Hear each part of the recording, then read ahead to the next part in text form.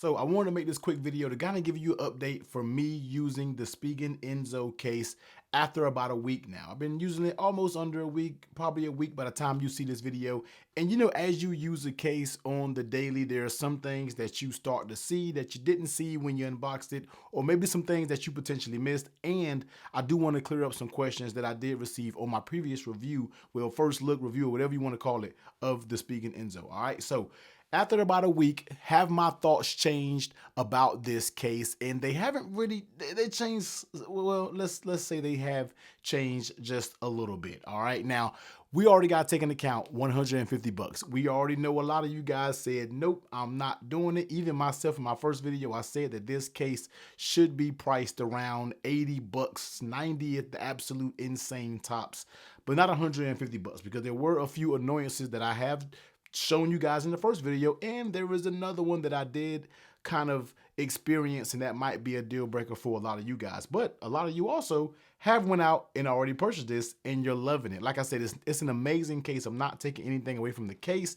but I do feel like some of the issues that the case has should warrant for that price point to potentially be a little bit lower. Now, I know this is Spigen's first time at taking a stab at this more of a premium style case, but I feel like for 150 bucks, I can be very critical of a case. And y'all let me know in the comment section down below if I'm tripping or not, or am I being a little bit too critical when we are talking about this case. All right, so we have already kind of spoke about the actual logo right here and some things that you guys said where maybe you move it up here, maybe you emboss it actually in the leather. And I do feel like that is probably going to be your best option that Spigen will take going forward.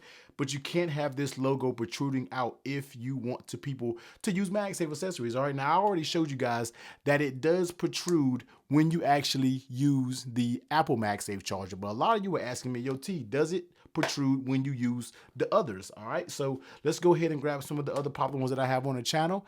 As you can see, yes, it rests on the out-of-box MagSafe charger. All right, let's go ahead and bring another popular one. Let's go ahead and test out the Anchor. There you go. It rests on the Anchor one as well, just like I said. The only one that it doesn't rest on is the ESR because of how it's cut. All right, so you see the ESR is a more of a stubbier type charger, so it stops right above it and it doesn't interfere with it. But we're not carrying this big ESR 10,000 milliamp hour battery around with us. These are a special case. We're more likely going to carry something a little bit more smaller, like the Apple or the Anchor or the out-of-box, something that's a little bit more manageable to put in your pocket and carry. This big boy right here is a special case. But if you do use it, or you're thinking about getting this case and you use this charger, you can be rest assured that out of all the ones that I've tested, I'm not sure if any of them are compatible, but this bad boy is the only one that is cut short and it doesn't interfere with that actual logo. All right, now the new little issue that I did find after using this case is the buttons do rattle. The buttons, I don't know why I always say that. The buttons do tend to rattle. All right, so you would think that is something, and let's go ahead and pop the case off of the phone. All right, so you would think this was something that would kind of go away once the phone is actually in the case itself. So let me bring the case up to the mic so you can kind of hear the rattling the best that you can. All right, so you hear the rattling a little bit. Now, I'm not saying that anybody out there is going to be shaking their case like a madman to try to hit a rattle. It doesn't really bother you day to day when you're using it. You really can't tell unless you do something or kind of wiggle the volume or hit the volume button. You can kind of always feel like a loose feel. Now, what they did basically is, and they just kind of have them in there, but they're not really very secure in there. All right, like, you can see them kind of moving around a little bit. And my assumption was maybe when I put the phone actually in the case, that sound might go away and we don't have to worry about it because the pressure up against the phone onto the case will negate that rattling sound. But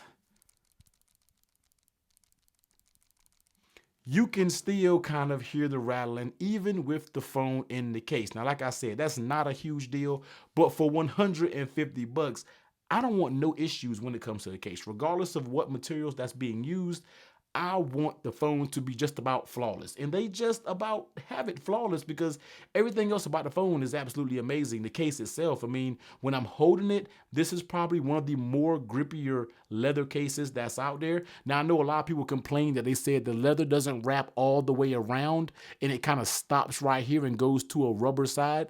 For me, that doesn't necessarily bother me because I feel like that gives me a little bit more grip, and also that this rubber will kind of absorb drops and damage a little bit easier than when it comes to leather, because if it was leather wrapped all the way around it and you dropped it on that leather, you know that leather will absolutely tear up.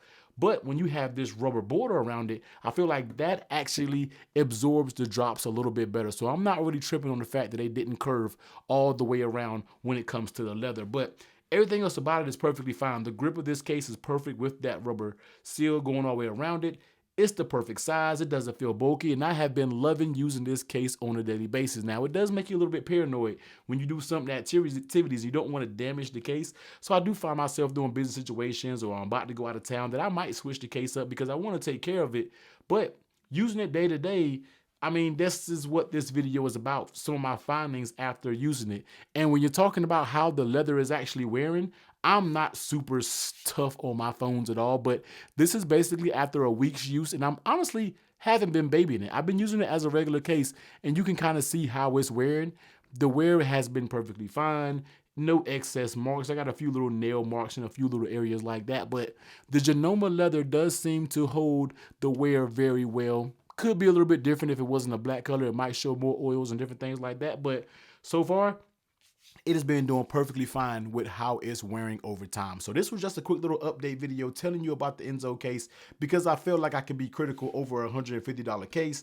That logo right here, Spigen, that has to go. Also, you just got to tighten those buttons up just a little bit, and you get those two things under control, and this case will be just about perfect because it nails every other aspect when it comes to a case. So let me know what you think, man. That's just a little quick week update with the Spigen Enzo. Maybe we're kind of done with the updates, and maybe after I use this for maybe a month, I'll come and bring you another video on how it's doing. But until next time, later.